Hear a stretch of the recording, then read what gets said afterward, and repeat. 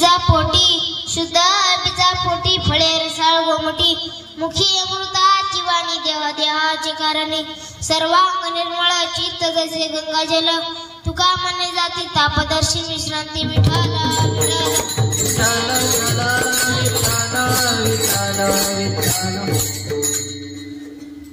महायोग पीठे तटे भीमरत्यं वरं पुंडलिकाय दातुं मुनींद्रे समागत्य तिष्ठं तमानंदकंदं परब्रह्मलिंगं भजे पांडुरंगं पांडुरंगा करू प्रथम नमना दुसरे चरण संतांची त्यांच्या कृपादाने कथेचा विस्तारू बाबाजी सद्गुरू दास तुका ओम नमो ज्ञानेश्वरा करुणा करा या दयाळा तुमचा अनुग्रह लादूला पावन झालो चराचरी प्रस्तुत प्रसंगी कीर्तन विशेषलेला अभंग जगत गुरु जगन वंदनीय महान भक्त महान साधू महान वैराग्य पश्चिम वेद निर्माते देवून वस्त्री श्री संत तुकाराम महाराजांचा उत्कृष्ट असा 4 चरणाचा अभंग निवडलेला आहे विठ्ठल विठ्ठल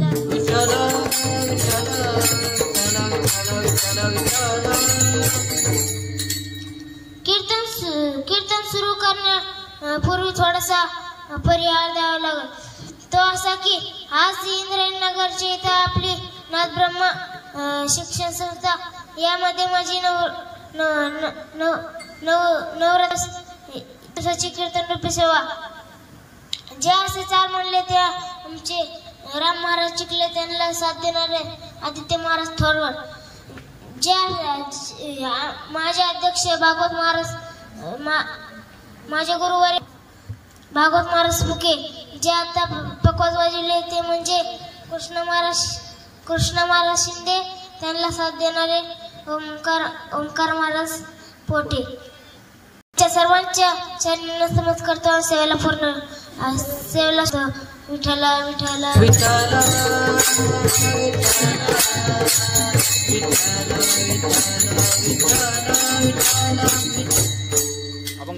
अभंगाचे प्रतिपादन विशेष आहे की अभंगाच्या प्रथम चरणात तुकाराम महाराज गोष्टीचा उल्लेख करतात म्हणजे संपूर्ण अभंग संतांची किंवा जे महापुरुषांचे नुसते स्वीकार नुसते दर्शन त्यांचे आई वडील दर्शन केले हे झाले अभंगाचे प्रथम चरण शुद्ध बीजा पोटी फळे रसाळ गोमटी अभंगाच्या दुसऱ्या चरणात तुकाराम महाराज म्हणतात पवित्र आई वडिलांच्या पोटी जन्माला आल्यानंतर आणि देवाचे व राष्ट्राच्या सेवेसाठी करतात हे झाले अभंगाचे दुसरे चरण अभंगाच्या तिसऱ्या चरणात तुकाराम महाराज म्हणतात पवित्र आई वडिलांच्या पोटी जन्माला आलेले पुत्र किंवा कन्या कसे असतील तर त्याचे संपूर्ण शरीर चित्त गंगेच्या पाण्याप्रमाणे निर्मळ असतील हेच झाले अभंगाचे तिसरे चरण सर्वांग निर्मळ चित्त जसे गंगाजल अभंगाच्या चौथ्या चरणात तुकाराम महाराज म्हणतात नुसते तुकाराम महाराज म्हणतात उभ्या महापुरुषांच्या दर्शन मात्र स्वीकारतात विठ्ठल हे झाले अभंगाचे चौथे चरण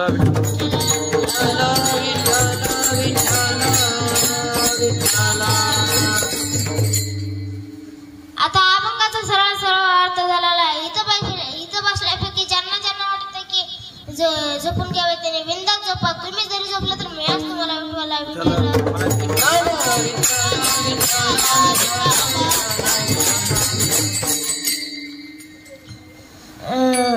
जे अन्न पण सेवा करतो ते अन्न शुद्ध पाहिजे अन्नाचे 3 प्रकार गीतेत सांगितले आहे पहिला दूध तूप शाकाहारी सात्विक आहार म्हणतात तिखट तळलेले पदार्थ यास राजसार म्हणतात तिसरे सडलेले करपलेले व सडलेले यास तापसार म्हणतात मी का सांगू अन्नाची शुद्धता विठ्ठल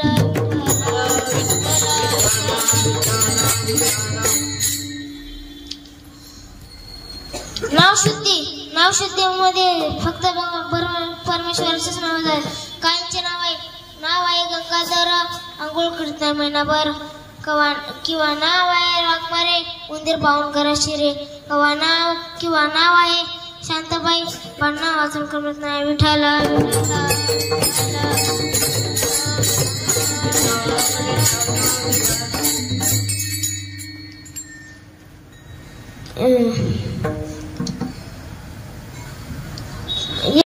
परमेश्वराचे नाव शुद्ध आहे भावशुद्धीमध्ये भावशुद्धी आपल्या सुदामाच्या अंगी शुद्ध भाव होता म्हणून सुदामा ग्रीष्वनाची झाली. शुद्ध भाव देखून या गाव सोन्याचा दिला. एकदा काय देशशुद्धीमध्ये संतांचे वास्तव होते. जुगार मटका खेळत नाही. तो देश कोणचा, तो तालुका कोणचा, तो जिल्हा कोणचा, पावन तो देश जेथे हरीचे दास जन्म घेते. एकदा काय झालं, माझ्या कीर्तनात लाट गेली. एक मुलगा उठला आणि म्हणाला, महाराज थांबा, प्रकाशाला येऊ द्या. तो म्हणतो, तो थोडा वेळ थांबले.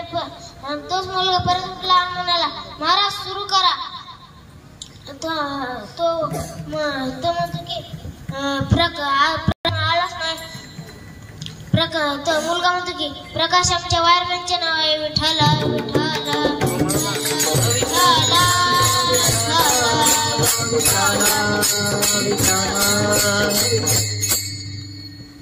द्रव्य शुद्धी हे द्रवाच्या शुद्धता दान केल्याने मिळते.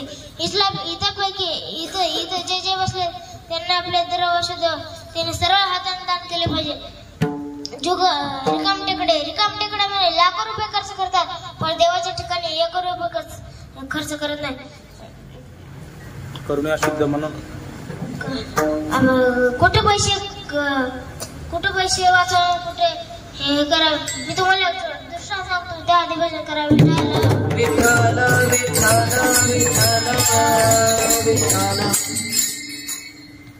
एका गावात एक श्रीमंत माणूस होता. तो फार कंजूस होता. त्याला संतती नव्हती. आमच्यासारख्या एका महाराजांनी सांगितले तू सत्यनारायणाची पूजा कर, तुला पुत्र प्राप्त होतील.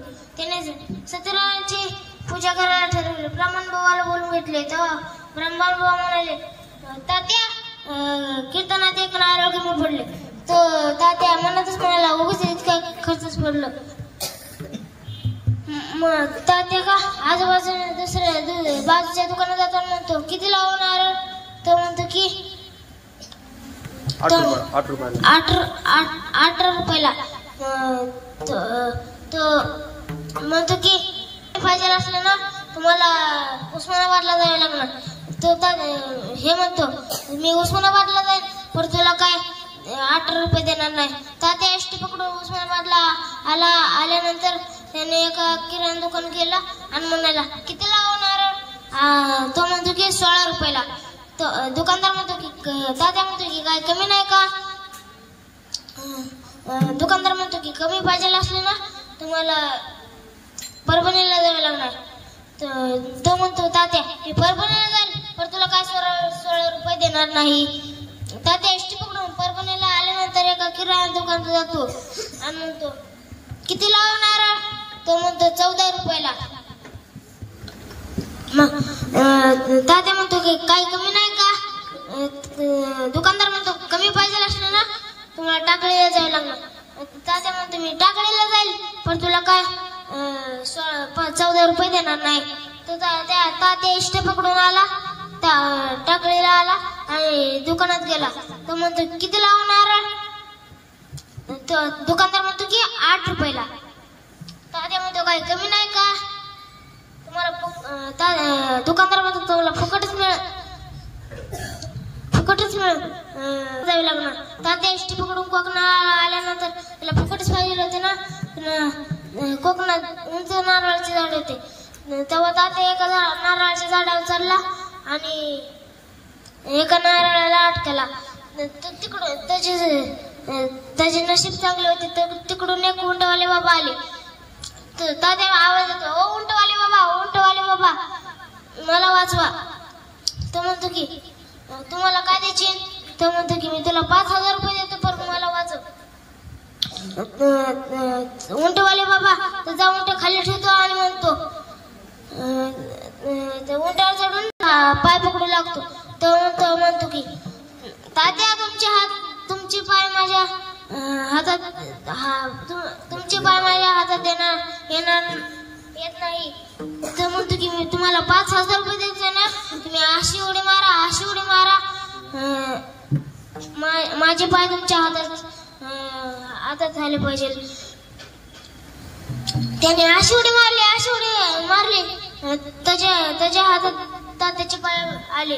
तेव्हा उंट काय गाडी आहे का? ब्रेक दाबलं की थांबले आणि ब्रेक निघाली, ब्रेक सोडलं तर निघाली. तो हुंडाला इसका बसला, तो आपापल्या वाटेवर निघाला. तो मग दोघेही लटकले. कीर्तनातले लोक म्हणतात, ओ आहो महाराज, आम्हाला येडत काढताय का? नारळाला अटकल्यावर नारळ काय तुटणार नाही का? असं आहे की माझ्या कीर्तनात नारळ तुटतोच नाही. विठ्ठला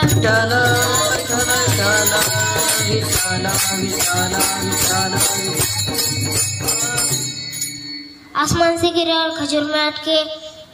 नेमकी जंगली लगा होता. तिथं वाघ पाणी प्यायला यायचा. तेव्हा तात्याने ज्या तात्या अटकले होते त्या फांदीला होत्या आगीमध्ये. खाली तात्या म्हणतो, खाली गेला तर वाघोबा, मध्ये अडकलं तर आगोबा, बरे भेटलं नागोबा. विठ्ठल.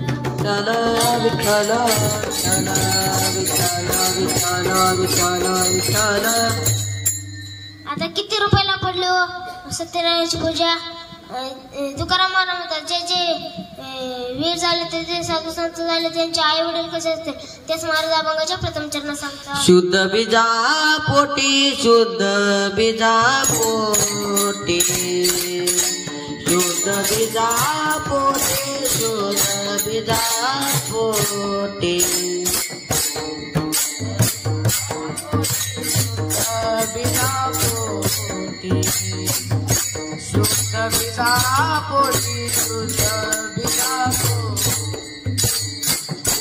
शुद्ध बीजा पोटी, शुद्ध बीजा पोटी, शुद्ध बीजा पोटी, शुद्ध बीजा पोटी, शुद्ध बीजा पोटी, शुद्ध बीजा पोटी, शुद्ध बीजा पोटी, शुद्ध बीजा पोटी. पडले रसा रघुपती, पडले रसा रघुपती, भोगी अमृताची अमृताची वाणी, भोगी अमृताची अमृताची वाणी.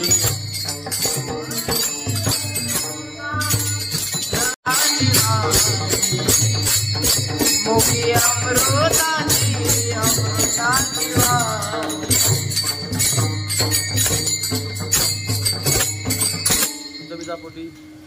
शुद्ध बीजा पोटी फळे रसाळ गोमटी. शुद्ध बीज म्हणजे वडील आणि पोट म्हणजे आई. यांच्या पोटी जन्माला आलेले फळे रसाळ गोमटे असतात. ज्याला शेतातल्या करताना शेती करायला पाहिजे. आमच्या बाजूच्याने त्याच्या शेतात बटाटे लावले. तेव्हा तो म्हणतो की बटाट्याचे झाड कमरा एवढे झाले पण त्याला बटाटे कसे नाही आले. तिकडून एक साहेबांची गाडी येते. तेव्हा साहेब शेतात कारातून उतरल्यावर म्हणतो, का हो हे तुमचे बटाट्याचे झाड आहेत ना? तो म्हणतो, हा. तो नाव विचारतो, काय तुमचे नाव काय? तो म्हणतो, बाबू. तुमचे नाव काय? दादा म्हणतो की तुमचे नाव काय? तो म्हणतो की मी बटाटे अधिकारी करणारा व्यापारी. मग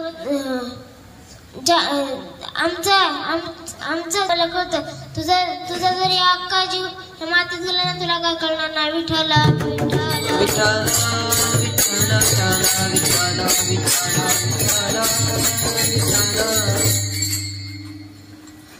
आई वडिलांचे प्रकार.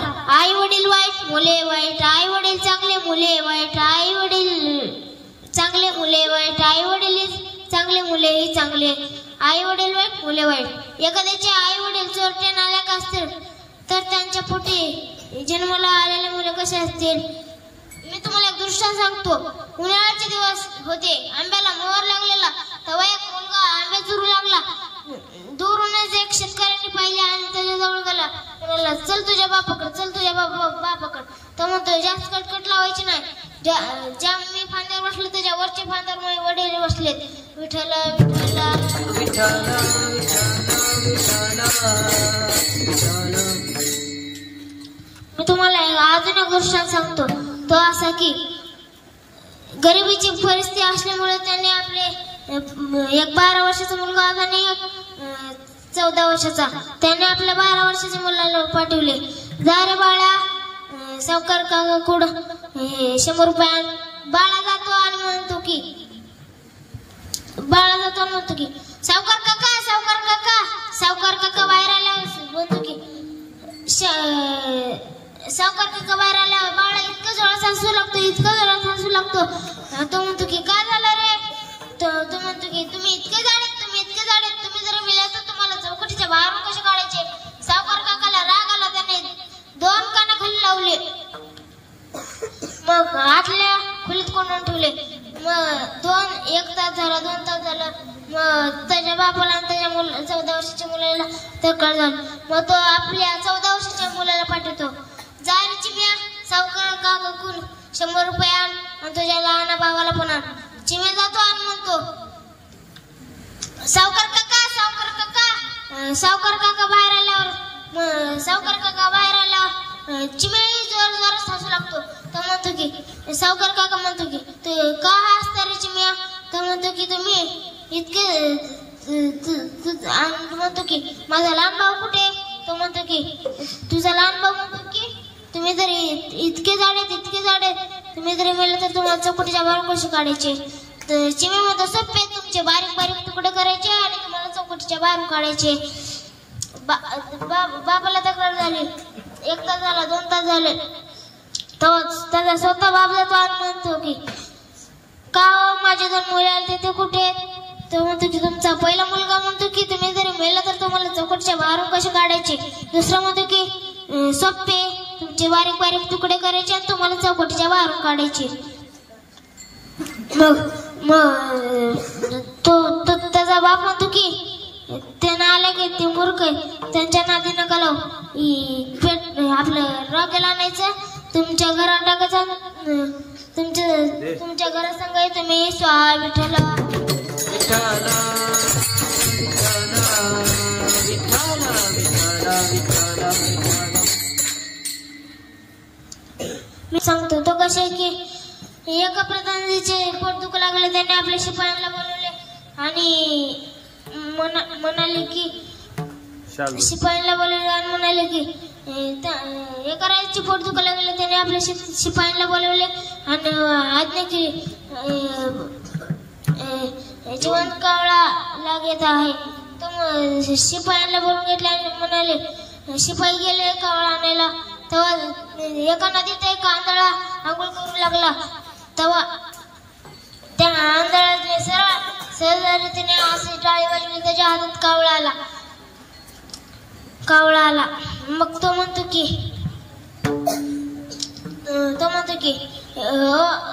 आंधळ्या तुझा कावळा मला देतो का? तो म्हणतो की माझा कावळा का तुम्हाला फुकट वाटला का? शिपाई म्हणतात आम्हाला पण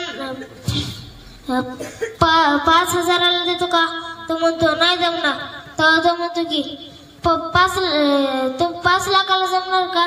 तो म्हणतो 5 लाखापर्यंत हरकत देणार नाही. तो म्हणतो की त्याने सहजरीतीने असे शिपायांच्या हातात कावळा टेकला. तेव्हा तो कावळा उडून गेला. तो म्हणतो की थांबा, मी 5 मिनिटात कावळा आणून देतो. ज्याने आधी या आंधळीने दिवसभर नदीत टाळी वाजवली तर त्याच्या बापाला कावळा सापडणार आहे का? हो नाही. विठ्ठल विठ्ठल विठ्ठल विठ्ठल विठ्ठल विठ्ठल विठ्ठल विठ्ठल. हे झाले अभंगाचे 3 चरण. मुखी अमृताचे वाणी, मुखी अमृताचे वाणी, मुखी अमृताचे वाणी, मुखी अमृताचे वाणी, मुखी अमृताचे वाणी, भोके अमृताची वाणी भोके अमृताची वाणी भोके अमृताची वाणी देह देवा जे कारणे देह देवा जे कारणे मोखे अमृताचे वाणी मोखे अमृताचे वाणी देह देवा जे कारणे देह देवा जे कारणे मोखे अमृताची वाणी मोखे मुखी अमृताची वाणी मुखी अमृताची वाणी देहा देहाचे कारणे. हे जग कुणाच्या सत्तेने चालतं?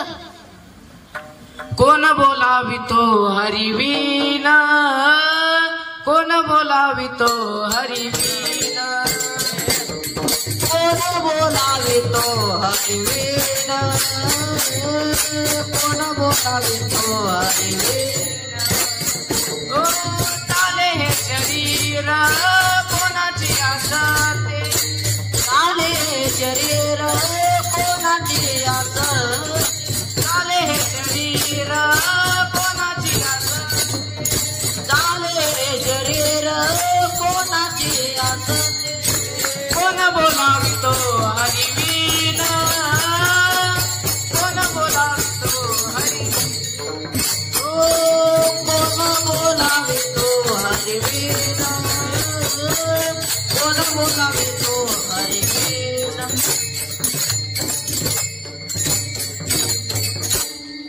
विठ्ठल पंतांनी जेव्हा संन्यास घेतला तेव्हा रुक्मिणी मातेने सुवर्ण पिंपळाला 1.25 लाख प्रदक्षिणा घातल्या होत्या. रुक्मिणी मातेच्या पोटी 3 देव जन्माला आले. 3 देवा जैसे परब्रह्मीचे ठसे जगे सूर्य जसे प्रकाशले. मी तुम्हाला एक दृष्टांत सांगतो. ते असं की त्याला एक मुलगा होता. तो रोज उठला तर रोज खेळायला जायचा आणि त्याचे वडील देवपूजा करायचे. तेव्हा त्या वारकरी बाबांना राग आला एका दिवशी आणि त्याने आपल्या मुलाला आतल्या खोलीत कोंडून ठेवले आणि आपली भजन सुरू केले. देहातेची जोडी भक्तीचा ठेवा उघडदार देवा आता उघडदार देवा. त्याच्या वडिलांचे नाव होते बंडू. त्याने आपल्या खोलीतून भजन सुरू केले. लाकडाची विटी लाकडाचा दांडू उघडदार बंडू आता उघडदार बंडू. हेच कारण थोडं थोडं मोठं झालं आणि वारकरी बाबांनी त्याचे लग्न करून टाकले. एका दिवशी वारकरी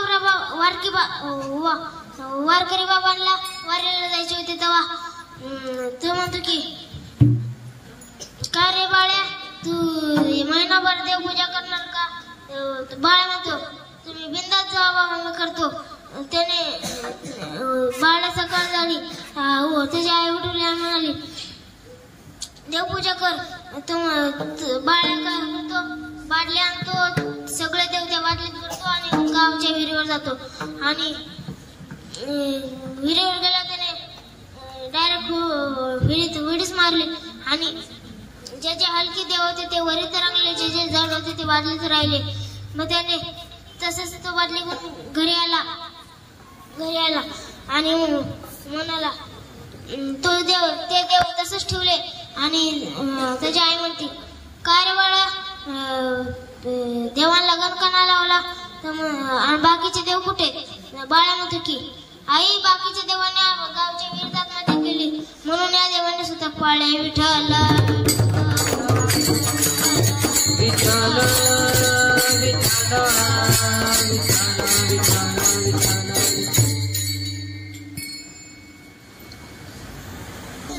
प्रकारचे असते. पहिला प्रकार चित्त गंगेच्या पाण्याप्रमाणे निर्मळ असते. पहिला प्रकार साधूंचे चित्त अंग निर्मळ सर्वांग निर्मळ सर्वांग निर्मळ सर्वांग सर्वांग निर्मळ सर्वांग निर्मळ सर्वांग निर्मळ सर्वांग निर्मळ चित्त जैसे गंगा जल चित्त जैसे गंगा जल चित्त जैसे गंगा जल चित्त जैसे गंगा जल चित्त जैसे गंगा जल चित्त जैसे गंगा जल चित्त जैसे गंगा जल चित्त जैसे गंगा जल की अमृताची वाणी मुखी अमृताची वाणी मुखी अमृताची वाणी मुखी अमृताची वाणी मुखे अमृताची वाणी मुखे अमृताची वाणी मुखे अमृताची वाणी मुखे अमृताची वाणी.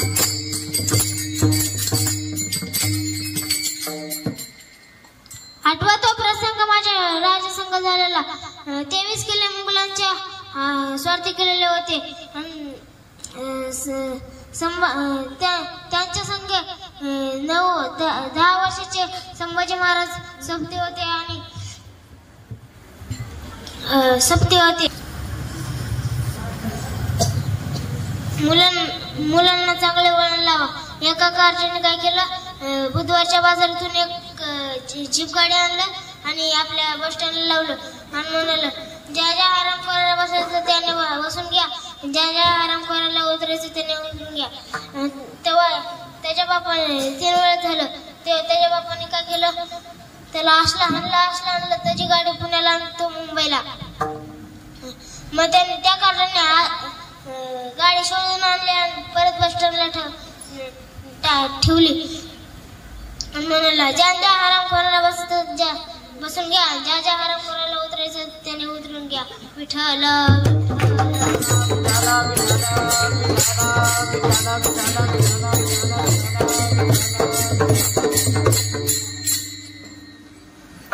गौरव महाराजांच्या गावाकडे एक कीर्तन झालं होतं. त्याने एक शेतकरी गेला होता हे राखण करायला. त्याने आपलं त्याला एक वर मताला आली, समजून घ्या तुम्ही. त्याला त्यांनी खाल्लं आणि कीर्तनात गेलं आणि म्हणाला, महाराजांनी प्रमाण उचलले. बोरीच्या झाडाखाली तो म्हणतो की जाऊन पाय पडतो आणि म्हणतो की सांगू नका कोणाला. तर त्याने 100 रुपयाची नोट काढून दिली.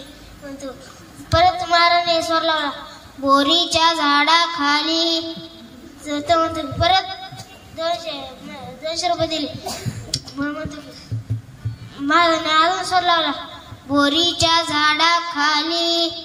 मग त्याने 500 रुपयाची नोट दिली. विठ्ठल विठ्ठल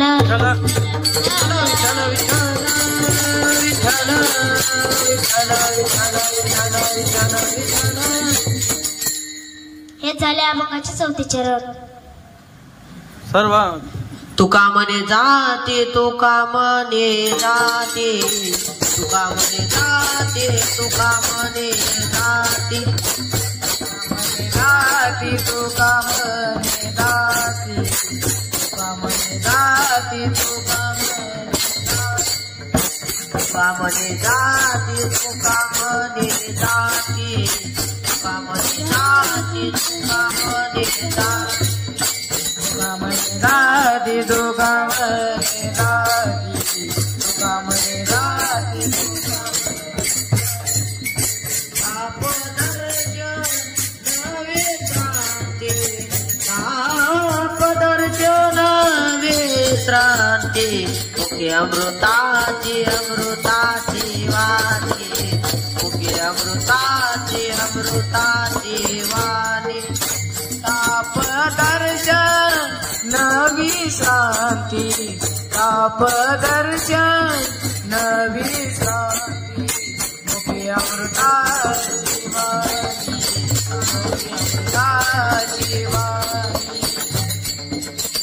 देह देवा चे कारणी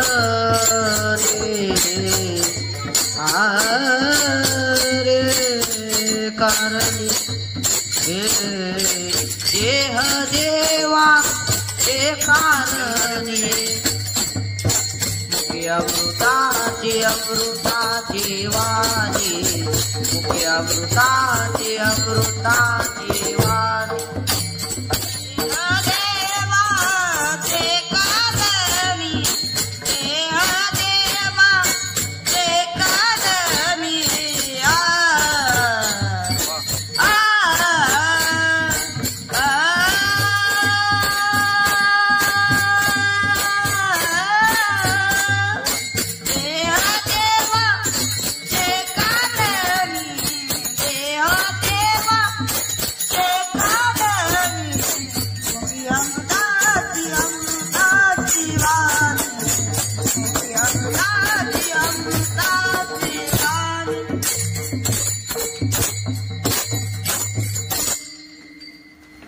चालेल सेवा. झालेली सेवा माऊलींच्या चरणी व गुरुवारांच्या चरणी माझ्या आई वडिलांच्या चरणी नमस्कार करतो आणि सेवेला पूर्ण विराम देतो. ज्ञानेश्वर माऊली ज्ञानराज माऊली तुकाराम